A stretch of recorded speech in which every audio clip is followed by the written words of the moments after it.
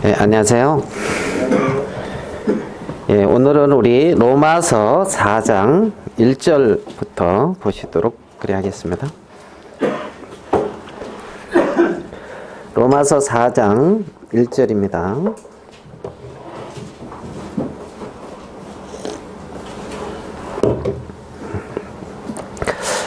길지만 제가 한번 다 읽어보겠습니다. 그런즉 육신으로 우리 조상된 아브라함이 무엇을 얻었다 하리요? 만일 아브라함이 행위로서 의롭다 하심을 얻었으면 자랑할 것이 있으려니와 하나님 앞에서는 없느니라. 성경이 무엇을 말하느냐? 아브라함이 하나님을 믿음에 이것이 저에게 의로 여기신 바 되었느니라. 일하는 자에게는 그 삭슬 은혜로 여기지 아니하고 빚으로 여기거니와 일을 아니할지라도 경건치 아니한 자를 의롭다 하시를 이를 믿는 자에게는 그의 믿음을 의로 여기시나니, 일한 것이 없이 하나님께 의로 여기심을 받는 사람의 행복에 대하여 다윗의 말한 바, 그 불법의 사하심을 받고 그 죄를 가리우심을 받는 자는 복이 있고 주께서 그 죄를 인정치 아니하실 사람은 복이 있도다 한가 같으니라. 그런즉 이 행복이 할례자에게는요 혹 무할례자에게도요 되죠. 우리가 말하기를 아브라함에게는 그 믿음을 의로 여기셨다 하노라. 그런즉 이를 어떻게 여기셨느냐? 할례시냐 무할례시냐? 할례시가 아니라 무할례시니라. 저가 할례의 표를 받은 것은 무할례시의 믿음으로 된 의를 인친 것이니, 이는 무할례자로서 믿는 모든 자의 조상이 되어 저희로 의로 여기심을 얻게 하려 하심이라. 또한 할례자의 조상이 되었느니 곧 할례 받을 자에게 뿐 아니라 우리 조상 아브라함의 무할례시에 가졌던 믿음의 자취를 쫓는 자들에게 도니라. 아브라함이나 그 후손에게 세상의 후사가 되리라고 하신 언약은 율법으로 말미암은 것이 아니요 오직 믿음의 의로 말미암은 것이니라. 만일 율법에 속한 자들이 후사이면 믿음은 헛것이 되고 약속은 폐하여졌느니라. 율법은 진노를 이루게 하나니 율법이 없는 곳에는 범함도 없느니라. 그러므로 후사가 되는 이것이 은혜에 속하기 위하여 믿음으로 되나니, 이는 그 약속을 그 모든 후손에게 굳게 하려 하심이라. 율법에 속한 자에게 뿐 아니라 아브라함의 믿음에 속한 자에게도니, 아브라함은 하나님 앞에서 우리 모든 사람의 조상이라. 기록된 바 내가 너를 많은 민족의 조상으로 세웠다 하심과 같으니, 그의 믿음 바 하나님은 죽은 자를 살리시며 없는 것을 있는 것 같이 부르시는 이시니라. 아브라함이 바랄 수 없는 중에 바라고 믿었으니 이는 내 후손이 이같으리라 하신 말씀대로 많은 민족의 조상이 되게 하려 하심을 인함이라.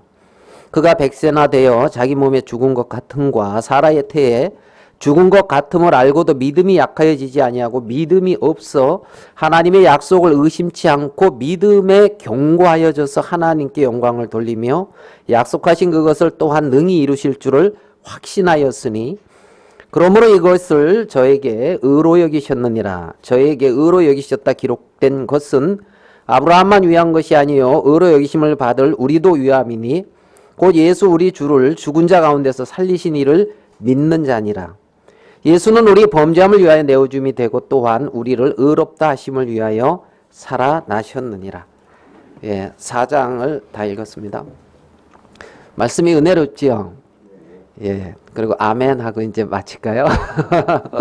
로마서 4장을 우리가 많이 이렇게 은혜롭게 보는 말씀 중에 이제 한 장이라고 이렇게 생각이 됩니다. 로마 초대 교회에서 이제 조금 많이 문제가 됐던 부분들이, 우리가 이제 사도행전 6장에서도 보면 초대교회가 거기서 헬라파 이제 유대인 어떤 과부와 히브리파 과부의 어떤 이러한 어떤 그 구제를 이렇게 나누는 그런 부분에 문제가 생겨가지고, 그래가지고 이제 거기서 7 집사 세우는 말씀이 나오거든요. 사도행전 6장에 보면.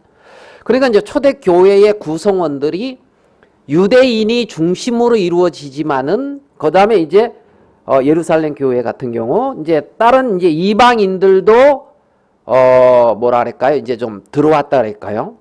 그리고 이제 다른 이방 교회는 이제 유대인들도 있지만은 또 이방인들도 이제 여럿 있으니까, 그 이방인들과 이제 그 헬라인 여기서 표현하는, 그리고 유대인들과의 어떤 이러한 반목, 유대인들이 그러잖아요. 쉽게 말하면 사람들이 자기 그거 못 버린다 그래야 되나요? 예를 들어서 우리 이제 이렇게 보면 여러 어떤 파에 이렇게 다니던 사람들이 이렇게 모였다 그러면 각 파에서 신앙을 했던 스타일 뭐 이런 거 있잖아요. 그잖아요? 그래가지고 왠지 이제 내가 했던 곳에서 같이 이렇게 하면 거기에는 잘 이렇게 익숙해지고 뭐 이런 어떤 스타일. 그러니까 유대인들에게도 그런 게 있을 거라는 거지요. 유대인들. 그래서 헬라인들과 유대인들 어떤 이런 부분들을 나누면서 이제 이 로마서에서도 이렇게 접근을 하고 이제 다루는 그런 부분들을 우리가 이제 볼 수가 있는데 이 로마서 4장을 저는 이렇게 조금 이렇게 훑은다? 대략적으로 이렇게 딱 본다? 로마서 4장을 이제 좀 네 부분으로 이렇게 좀 접근을 해봤어요. 로마서 4장을 1절부터 8절. 로마서 4장 그런즉 육신으로 우리 조상된 아브라함이 무엇을 얻었다 하리요. 이제 이렇게 시작되는데 뭐 오늘 간증도 들어보니까 육신으로 뭐 얻을 거 있다고 해요. 뭐 보니까 없대요. 그렇죠. 오늘 간증 들어보니까 육신으로 뭐 얻은 거 없다. 뭐 이런 그 요지인 것 같아요. 여기도 보니까 육신으로 우리 조상된 아브라함이 무엇을 얻었다 하리요. 이 말은 많은 걸 얻었다 그게 아니라 뭐 얻은 거 없다. 이제 뭐 이런 말씀이죠. 그래가지고 이 4장 1절부터 8절까지는 이제 아브라함이 믿음으로 의롭게 되어지는 것이다. 어떤 행위가 아니다. 행위로서 뭐 의롭다는 게 아니고 믿음으로 된 것이다. 그리고 유대인들 중에서 유대인들이 가장 크게 생각하는 어떤 선지자들이 보면 이제 모세, 그 다음에 뭐 아브라함, 다윗 뭐 이렇게 나오잖아요. 모세 하면 율법. 그러면 여기서 이제 아브라함을 대해서 믿음으로 의롭게 되어졌다 그러면서 이 사도 바울은 또 시편 32편 1절 2절의 말씀을 인용하면서 다윗이 이게 복이라 그랬다. 죄사함을 받는 거, 하나님께서 그 죄를 가리움을 받는 거, 그래서 믿음으로 의롭게 되는 거, 이게 복이라고 했다. 그래서 아브라함과 다윗을 이렇게 이제 이렇게 드러내고 말씀하면서 믿음으로 이제 의롭게 되는 일한 것이 없이 아무 내가 한 것 없이 의롭게 되는 그런 부분들을 이제 바울이 먼저 기록을 하는 것을 봐요. 1절부터 이제 8절까지. 그리고 이제 9절부터 12절에는 어떤 부분을 이렇게 말을 하냐면 9절 볼까요? 그런즉 이 행복이 그러니까 하나님께 의로 여기심을 받는 자들의 행복에 대하여 그러는 그 행복. 그러니까 하나님께 의로 여기심을 받았다 이 말은 하나님과의 어떤 교통과 하나님과 함께하는 그런 부분들에 전혀 문제가 없는, 쉽게 말하면 화평하게 됐고 하나님과 이렇게 화목되게 된 사람들의 어떤 행복을 말하고 있는 거예요. 믿음. 그러니까 이 행복에 대하여 그런즉 이 행복이 할례자에게뇨 혹 무할례자에게뇨. 그래서 할례를 받았든지 안 받았든지 할례와 아무 상관없이 믿음으로 얻어지는 의고 믿음으로 누리는 세계다. 이 부분을 9절부터 12절까지 이렇게 다루고 있어요. 그래서 12절에 또한 할례자의 조상이 되었나니 곧 할례 받을 자에게뿐 아니라 우리 조상 아브라함의 무할례 시에 가졌던 믿음의 자취를 쫓는 자들에게도니라. 그렇게 말씀하시면서 할례자든 무할례자든 다 아브라함의 후손이다. 아브라함이 믿음으로 의롭게 되는 것처럼 믿음으로 의롭게 된다는 부분을 이렇게 이제 변증한다 그럴까요? 그 9절부터 12절까지는 그렇게 이제 바울이 이 로마서를 진행을 하고 있어요. 그래서 사실은 시간적으로 봐도 아브라함이 할례를 99세 때 받잖아요. 맞죠? 창세기 17장에 99세 때 할례를 받는데, 아브라함이 믿음으로 의롭다함을 받는 것은 17장에서 할례를 받고 16장과 그 앞에 15장에서 믿음으로 의롭다함을 받거든요, 아브라함이. 그러니까 15장과 17장의 시간적인 그 기간을 따져보면 최소한 14년에서 15년이 흐른 후예요. 그러니까 아브라함이 하나님 앞에 의롭다함을 받고 나서 할례, 믿음의 표인 할례를 받은 것은 이제 한 15년 후, 이제 이때 받았으니까 할례를 받든지 안 받든지 그거와 상관없이 믿음으로 의롭게 되는 부분이다. 요거를 이제 9절부터 12절까지 사도 바울이 로마에 있는 형제자매들에게 또 이 시대의 우리들에게도 이제 이렇게 드러내고 있는 것을 이제 우리가 볼 수가 있습니다. 그 다음에 이제 13절부터 16절에는, 자, 13절에는 이제 할례에 대해서 12절까지 다루면서 13절에서는 아브라함이나 그 후손에게 세상의 후시아가 되리라 하신 언약은 또 뭐라고 돼 있어요? 율법으로 말미암은 것이 아니요 오직 믿음의 의로 말미암은 것이다. 그러면서 이제 13절부터 16절에는 아브라함의 후사가 되는 것이 율법으로 말미암은 게 아니다. 믿음으로 되는 것이다. 이제 이 부분을 또 이렇게 논증하고 있단 말입니다. 그러니까 이제 처음에 1절부터 8절까지는 아브라함이 행위로 의롭다 한 것이 아니다. 믿음으로 된 것이다. 다윗도 그렇게 믿음으로 된 의를 그렇게 하나님에게 의로 여김을 받는 그 행복에 대해서 이렇게 논했다. 그래서 이제 행위가 아니다. 그 다음에 이제 논증하는 게 할례가 아니다. 할례로 되는 게 아니다. 그 다음에 이제 말씀하는 게 율법이 아니다.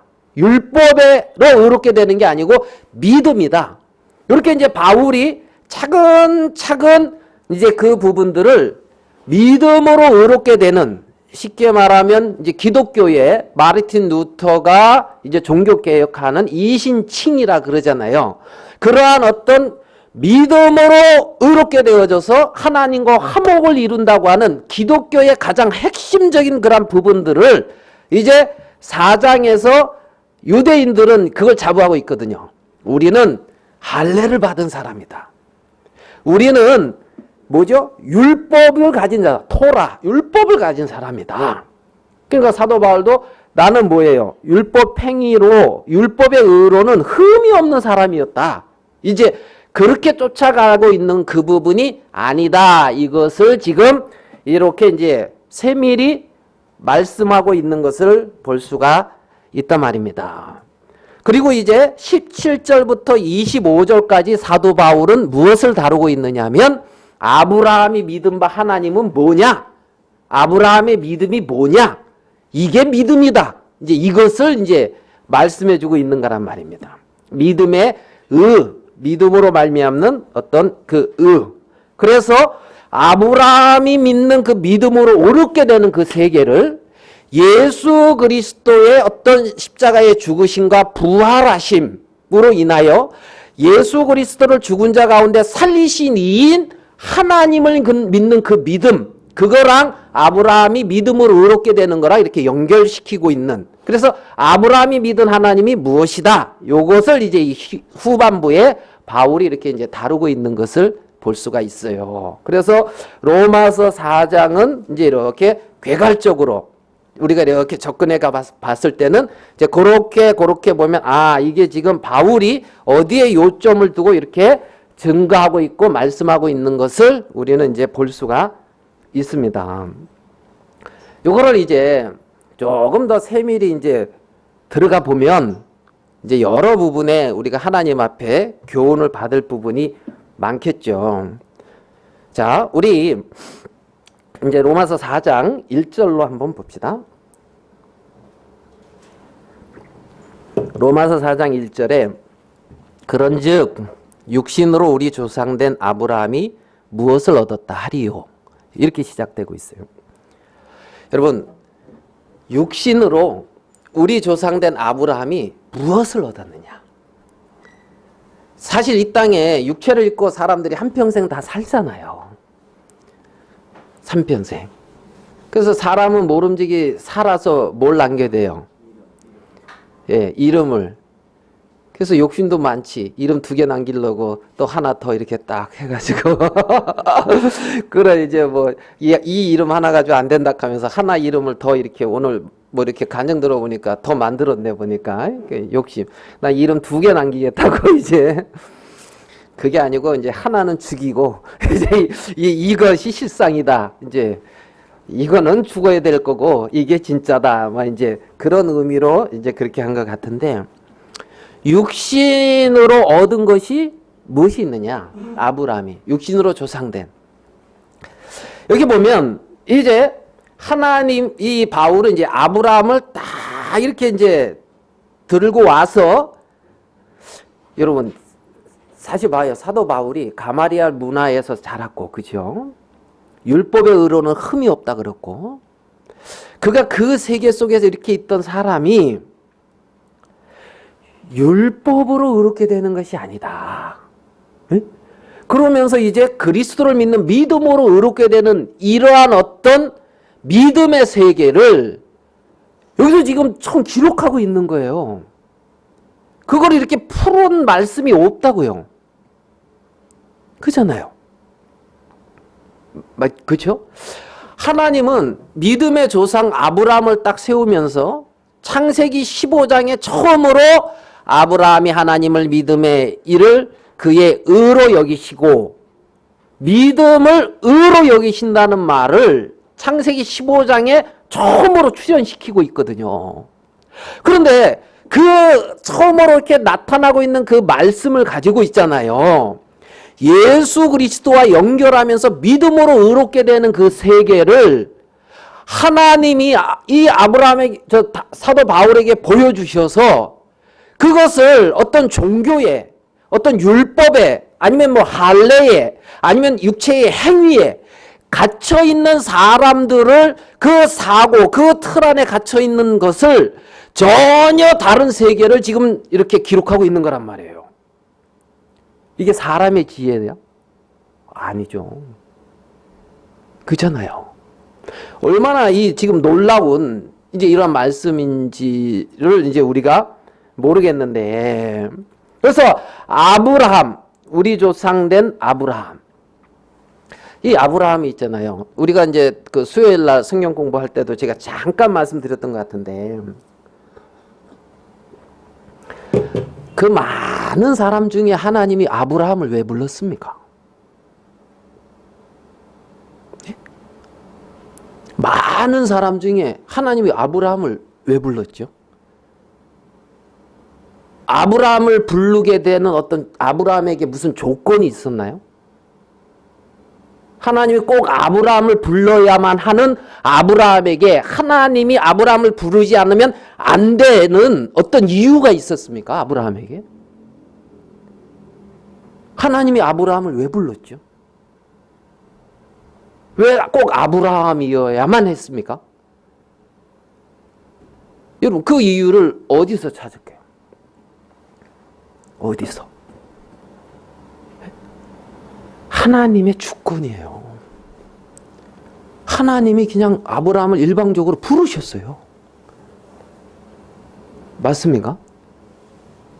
그거 말고 다른 어떤 이유 있나요? 하나님이 아브라함을 부른. 하나님이 아브라함을 부르셨는데 아브라함을 부르시는 어떤 그러한 근거, 조건, 그것을 아브라함에서 찾을 수 있습니까? 하나님 자신에게 있단 말이에요. 하나님 자신에게 있단 말이에요. 네? 창세기 6장에 보면 하나님이 사람의 어떤 그러한 악한 것을 보시고 이 홍수로 이걸 쓸어버린다 그랬거든요. 사람과 육축과 땅에 기는 모든 것을 쓸어버리리라. 그리고 나오는 말씀이 그러나 노아는 여호와께 은혜를 입었더라 그랬어요. 그러니까 쓸어버려야 되고 심판받아야 되고 멸망받아야 될 조건뿐이 없는 사람인데 은혜를 입어서 구원을 받았단 말이에요. 은혜를 입어서 구원을 받았단 말이에요. 하나님이 아브라함을 부르는 어떤 그러한 이유, 조건 어디서 찾겠느냐고요. 어디서? 자, 우리 여호수아서 24장으로 한번 가봅시다. 여호수아서 24장.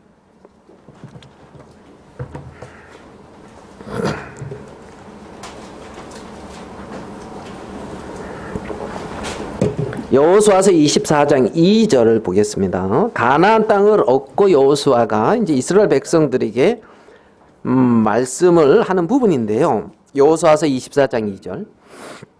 여호수아가 모든 백성에게 이르되 이스라엘 하나님 여호와의 말씀에 옛적에 너희 조상들 곧 아브라함의 아비 나훌의 아비 데라가 강 저편에 거하여 다른 신들을 섬겼으나. 자, 하나님이 아닌 다른 신들을 섬기고 있습니다. 우상을 섬기고 있는 거지요. 하나님 아닌 다른 것들을 섬기고 있는 그것뿐이 없어요. 3절. 내가 너희 조상 아브라함을 강 저편에서 이끌어내어 가나안으로 인도하여 온 땅을 두루 행하게 하고 그 씨를 번성케 하려고 그에게 이삭을 주었고 그랬어요. 그러니까 주어가 뭐냐면 내가, 서술어가 뭐냐면 주었다 이거예요. 내가 이끌어냈고 내가 행하게 했고 내가 주었다는 거예요. 아브라함에게. 맞습니까? 성경은 그렇게 말씀하고 있잖아요. 그러니까 아브라함이 하나님 앞에 은혜를 입을 어떤 아브라함에게서 어떤 조건 이게 없다고요. 이게 없다고. 하나님의 일방적인 하나님의 택하심이었어요. 아브라함을 그렇게 불렀다고요. 우리가 아브라함의 후손이 됐는데 정말 그 아브라함과 같은 그런 믿음의 그런 후손의 그 계열에 올랐는데 거기에 오르게 되는 어떤 그런 조건이 우리에게는 아무것도 없다는 거죠. 아무것도 없다는 거죠. 자, 오늘 24장을 읽었는데 24장 여호수아서 24장 2절부터 있잖아요. 13절까지 여호수아가 쫙 말씀을 전하는데 여기 여러분들이 읽어보면 알겠지만 내가라는 말이 굉장히 많이 나와요.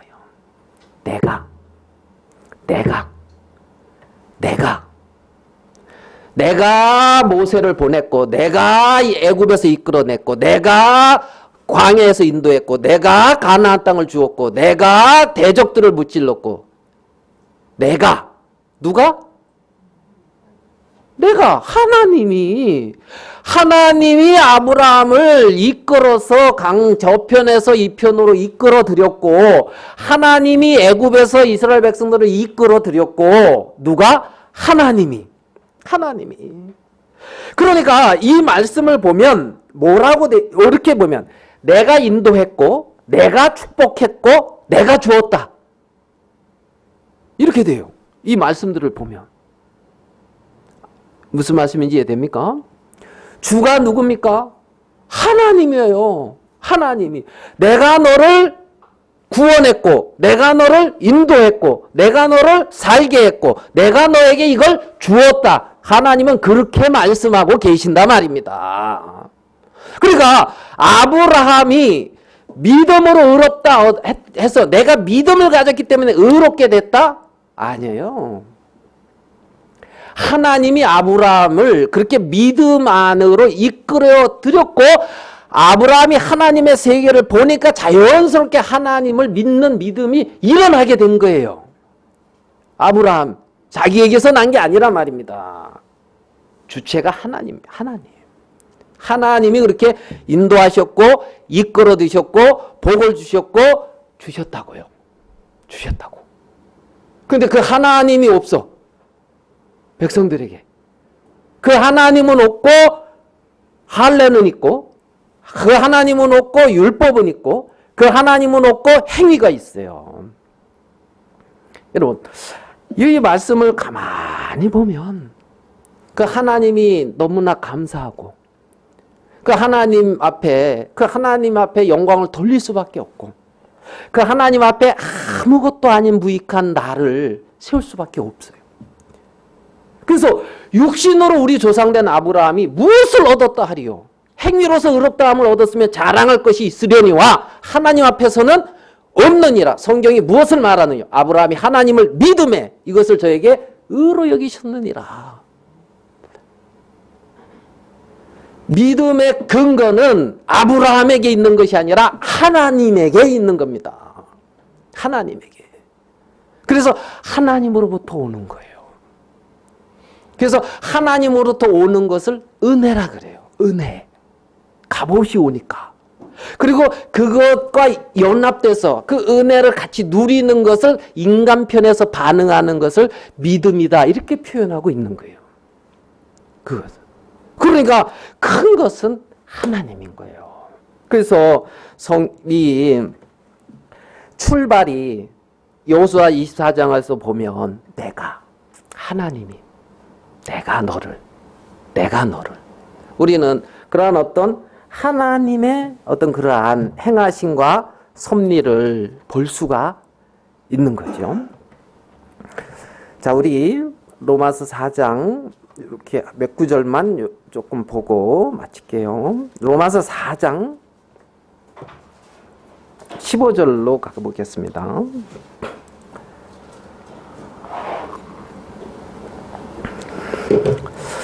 율법은 진노를 이루게 하나니 율법이 없는 곳에는 범함도 없느니라. 로마서 4장 15절에 율법은 뭐를 이룬다고 하냐면 진노를 이룬다 이렇게 기록을 했거든요. 우리는 맞아 그렇지 하면서 쉽게 이렇게 받아들일 수 있는데, 이것을 기록하고 있는 이 바울의 어떤 그 시대의 어떤 그때의 어떤 모습과 바울의 이걸 생각해 보면 굉장히 이제 놀라운 거죠. 진짜 굉장히 놀라운 거죠. 이 로마서에서 율법은, 자, 우리 2장 17절로 가봐요. 로마서 2장 17절. 로마서 2장 17절. 유대인이라 칭하는 내가 뭐라고 돼 있죠? 율법을 의지한다. 유대인이라고 칭한 내는 지금 뭘 의지하고 있어요? 율법을 의지하고 있다고 말하고 있어요. 그 다음에 18절에는 율법의 교훈을 받아서 자기들이 뭔가 분별하고 알고 있다고 생각하고 있어요. 그러니까 율법을 의지하고 율법의 교훈을 받고, 19절에 율법에 있는 지식과 진리의 규모를 가진 자로서 소경의 길을 인도하는 자의 어둠에 있는 자의 빛이요 어린아이의 스승이라 선생이라 스스로 믿는다 이렇게 말을 했죠. 그러니까 이들이 이렇게 가고 있는 그 근거가 뭐냐면 율법이라고 지금 성경은 말하겠잖아요. 무슨 말씀인지 이해되죠? 유대인들이 그렇게 율법을 의지하고, 그러니까 그런 어떤 말씀 없는 저들은 대해서 뭐 이렇게도 생각을 하고, 바울은 자기를 그래서 율법의 의로는 이제 흠이 없다 이렇게 표현했죠. 근데 우리 로마서 3장으로 가봐요. 성경에서 사도 바울은 이 율법을, 자 19절, 우리가 알거냐 무릇 율법이 말하는 바는 율법 아래 있는 자들에게 말하는 것이니 모든 입을 막고 온 세상으로 하나님의 심판 아래. 그러니까 율법은 모든 사람 하나님의 심판 아래 있게 한다. 그 다음에 20절, 율법 행위로는 그의 앞에 의롭다 하심 얻을 육체가 없나 율법으로는 죄를 깨달음이니라. 지금 율법을 의지하고 있고 율법으로 선한 어떤 규모도 알고 있고 그걸 이렇게 이제 자부심을 가지고 있는 사람이잖아요. 선생이라 믿고 있는. 그런데 여기서는 율법은 모든 입을 막게 하는 것이다. 그죠? 죄를 깨닫는 것이다. 그러면 오늘 읽은 로마서 4장 15절에는 율법은 뭐다? 진노를 이루게 하는 것이다. 뭘 이루는 것이다? 자기네들은 지금 율법을 의지하고 있는데 율법은 뭘 이루는 것이다? 진노를 이루는 것이다. 그래 이게 기가 막힐 일이 아닙니까? 여러분이 유대인이라고 생각을 하고 이제 어려서부터 율법을 의지하고 살았어요. 근데 네가 의지하고 있는 거 그거 진노 이루는 거야. 그러면 어떻게 하겠어요? 맞죠? 어디 집에 가보면 신명기 28장에 보면 네가 뭐 들어와도 복을 받고 나가도 복을 받는 뭐 이런 장면이 있어요. 그거 이렇게 기록해 놓고 있는 거를 볼 수가 있어요. 여러분 혹시 그거 봤습니까? 집에? 근데 신명기 28장 있잖아요. 1절부터 14절까지 복 얘기가 나와요. 1절부터 14절. 신명기 28장에 율법을 통해서 복 받는 얘기가 1절부터 14절. 그 다음에 15절부터 68절까지는 저주 얘기가 나와요. 자, 그럼 그게 복이에요, 저주예요? 네? 1절부터 14절은 복이고 15절부터 68절까지는 뭐다? 저주다. 오늘 사도 바울은 로마서 4장 15절에 율법은 뭘 이룬다? 진노를 이룬다. 진노를 이룬다. 자, 한 번 더 나가 봅시다. 그러니까 율법은 멸망, 저주, 복이 아니다 이 얘기지요. 5장 20절로 가봐요. 로마서 5장 20절. 뭐라고 돼 있죠? 율법이 가입한 것은 예, 율법이 이렇게 온 거는 범죄를 더하게 하려고 한 거야. 여러분, 율법을 의지하고 이렇게 이제 이 부분에 선생이라고 믿고 있는 사람들한테 이 얘기하면 뭡니까? 이거 갈수록 태산이다 이거 이제 그잖아요. 율법은 네 입을 확 막아버리는 거야. 율법은 네 죄를 깨닫게 하는 거야. 율법은 진노를 이루는 거야. 율법은 범죄를 더하게 하는 거야. 여러분, 이거 지금 인간의 사고로 이해가 되는 세계입니까? 그죠? 전혀 다른 말을 바울은 로마서에 기록을 하고 있기 때문에 자기의 어떤 생각이나 틀에서 벗어나지 못한 사람들은 이 로마서가 그래서 어렵다 그러는 거예요. 그래서 예? 자, 우리 7장으로 가볼게요. 7장 9절. 7장 9절.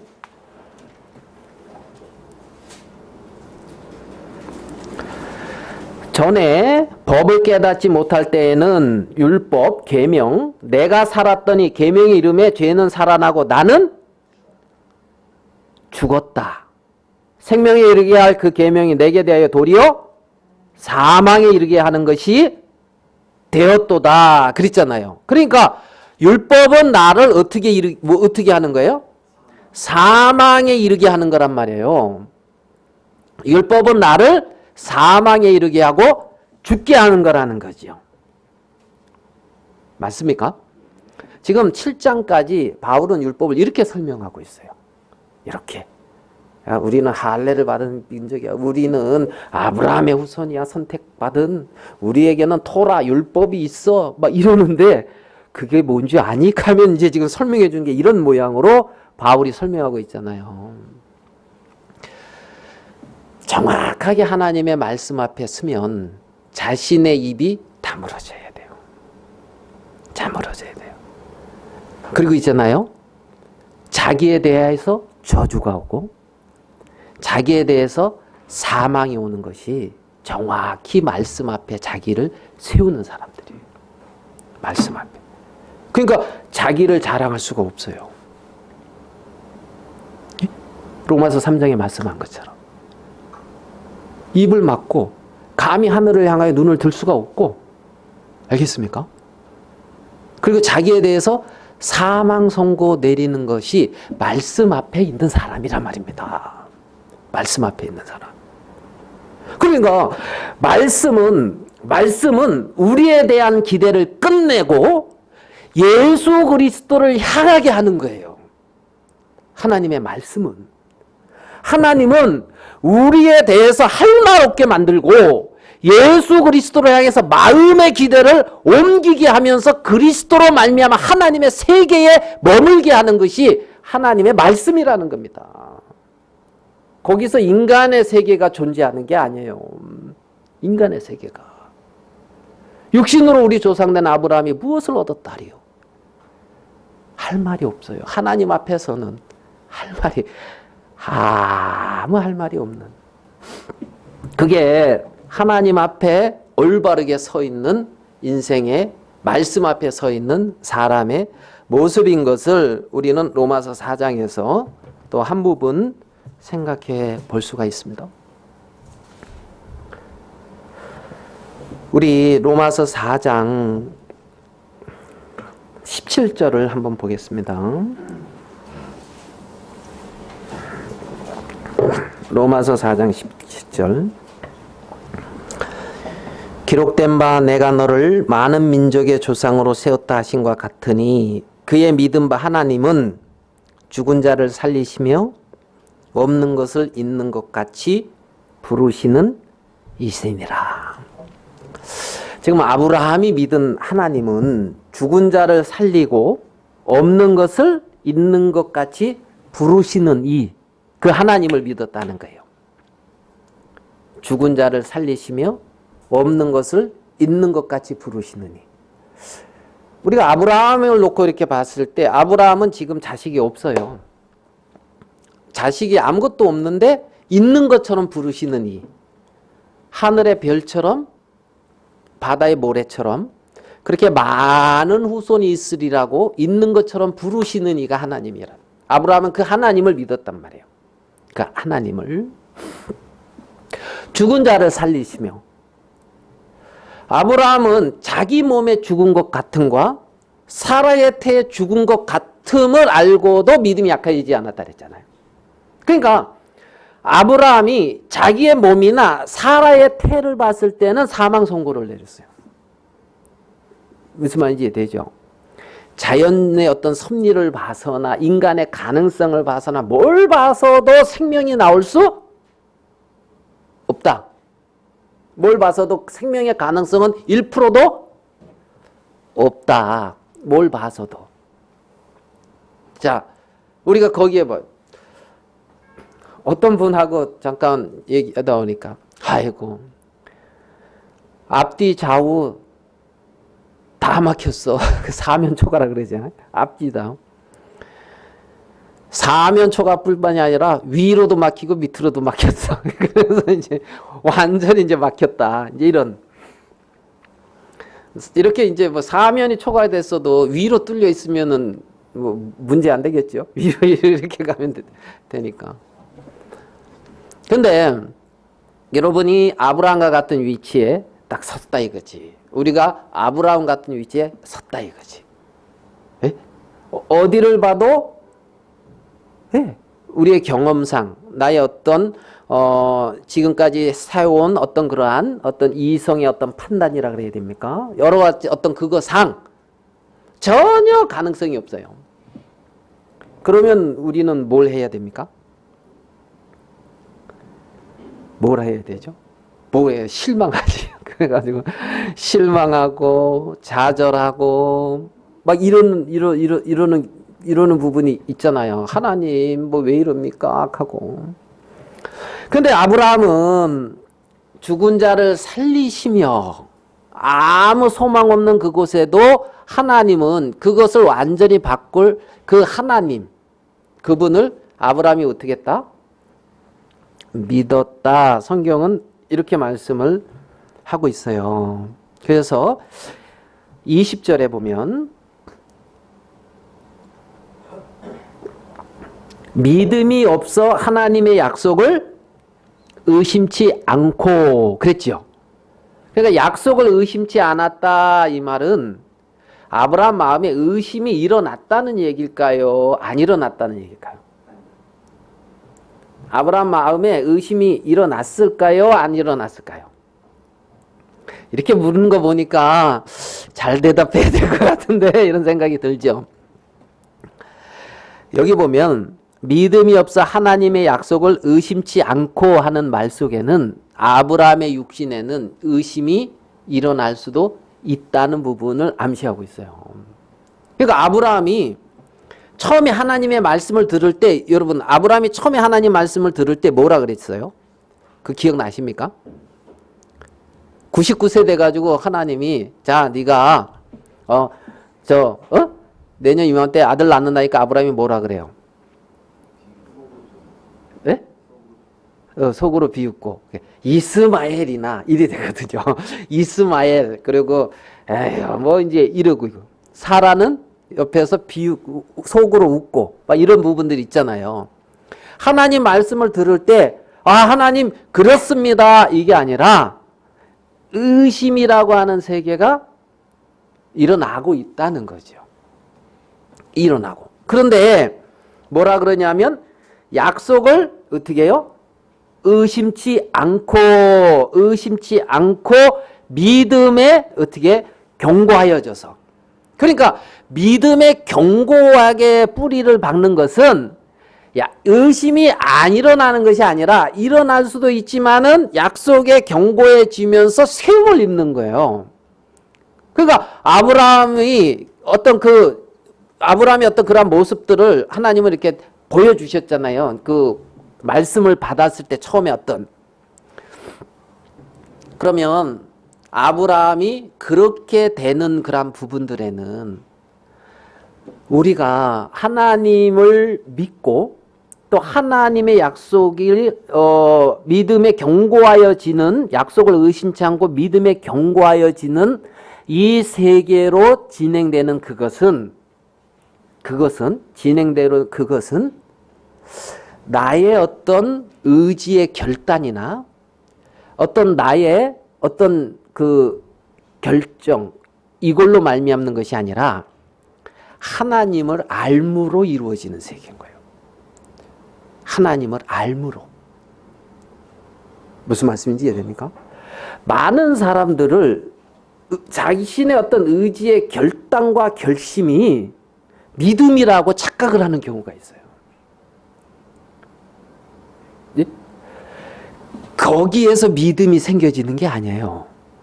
약속하신 이는 미쁘신 줄을 알미라 하는 데서 믿음이 형성되는 거예요. 아멘 되십니까? 약속하신 이는 미쁘신 줄 알미라. 하나님 그분에 대해서 알면서 믿음이 형성되는 거예요. 하나님을 알면서. 그러니까 아브라함이 약속을 의심치 아니하고 믿음에 견고하여지면서 하나님께 영광을 돌리잖아요. 하나님께 왜 영광을 돌리냐면 그분을 보게 되고 알게 되니까 하나님께 영광을 돌리는 거예요. 하나님께 영광을 돌리는 거예요. 어떤 역사나 능력 때문에 영광을 돌리는 게 아니에요. 하나님을 알고 하나님을 봄으로 그분께 영광을 돌리게 되는 거예요. 하나님에게. 그러니까 약속하신 그것을 또한 능히 이루실 줄을 확신하였다.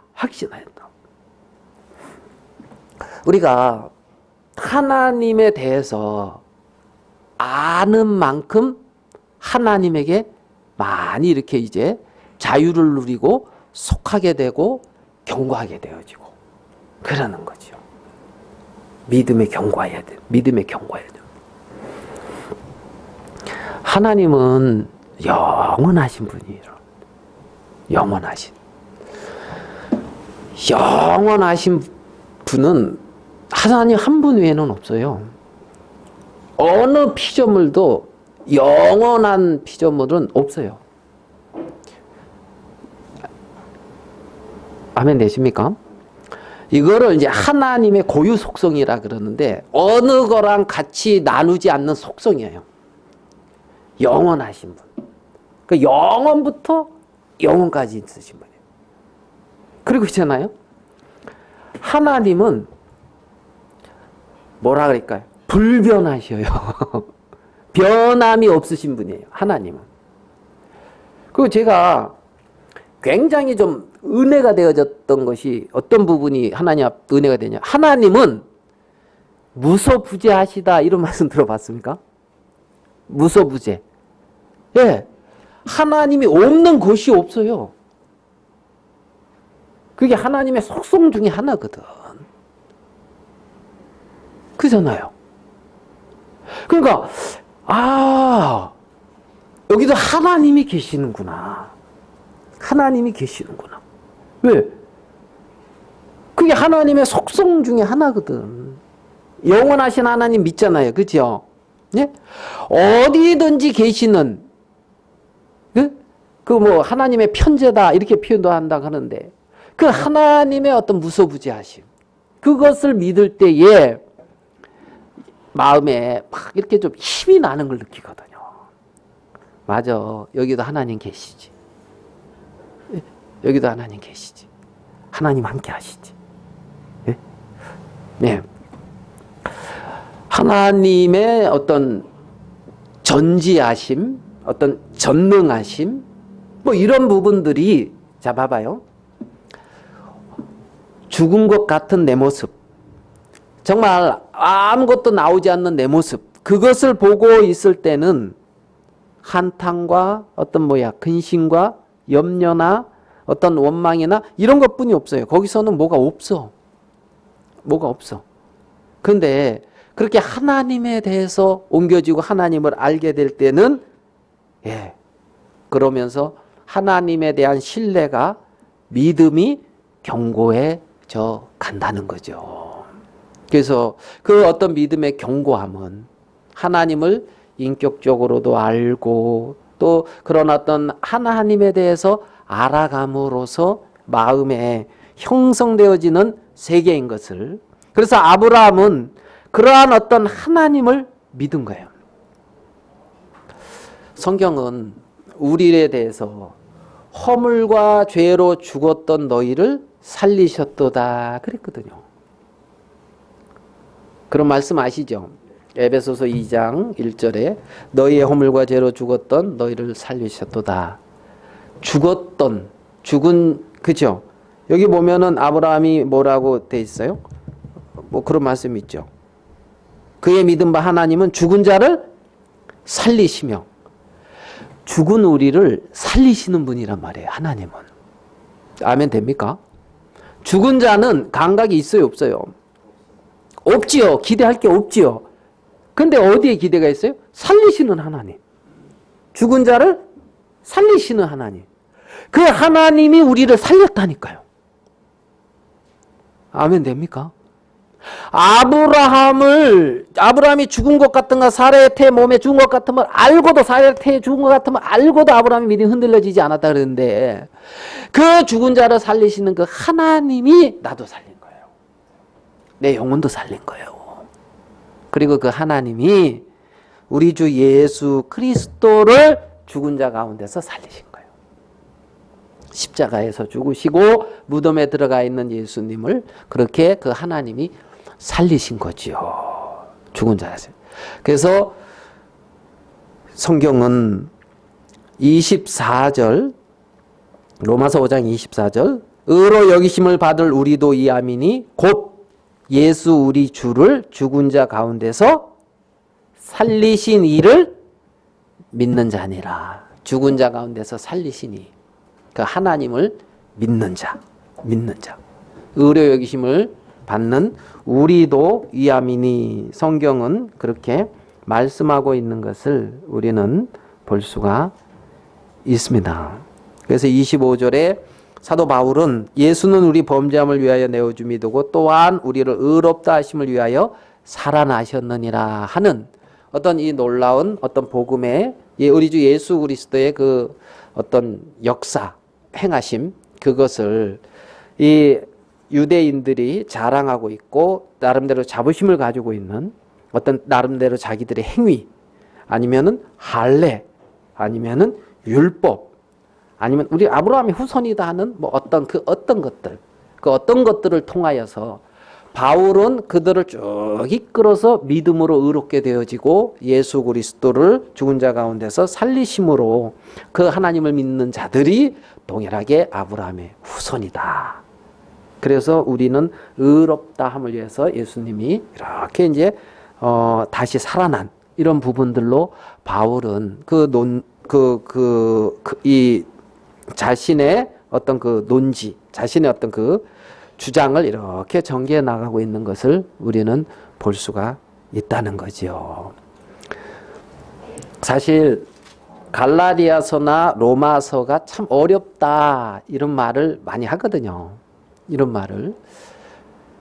근데 인간의 관념을 가지고 있으면 어려울 수밖에 없죠. 어려울 수. 그렇지만 사도 바울이 보았던 그 세계를 하나님의 은혜로 동일하게 본 사람들은 이 말씀만큼 내 심령을 울리고 감동시키고 하나님의 마음을 전달시키는 이러한 말씀들은 없는 것을 우리가 볼 수가 있는 거예요. 그래서 이 로마서 사도 바울이 3차 전도여행 마지막 시점에 이렇게 기록한 이 로마서를 통하여 하나님은 우리에게 놀랍게 말씀하고 있는 것을 우리는 볼 수가 있다는 겁니다. 오늘은 여기까지만 하겠습니다. 제가 기도하겠습니다.